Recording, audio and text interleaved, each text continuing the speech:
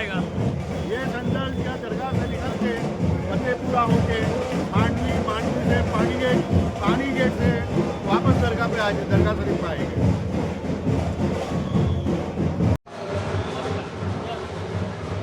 શું પ્રોગ્રામ શું ચાલશે?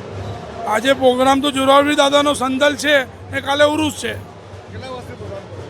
આ પ્રોગ્રામ તો મારી 50 વર્ષની ઉંમર થઈ 49 જોઉં છું, પણ આ 90-85 સાલમાં ઉરુસ છે. શું પ્રોગ્રામ શું છે? આજે સંદલ શરીફ છે જોરાવરબીર દાદાનો, કાલે કવ્વાલીનો પ્રોગ્રામ છે. આબિદ હુસૈન સૈયદ.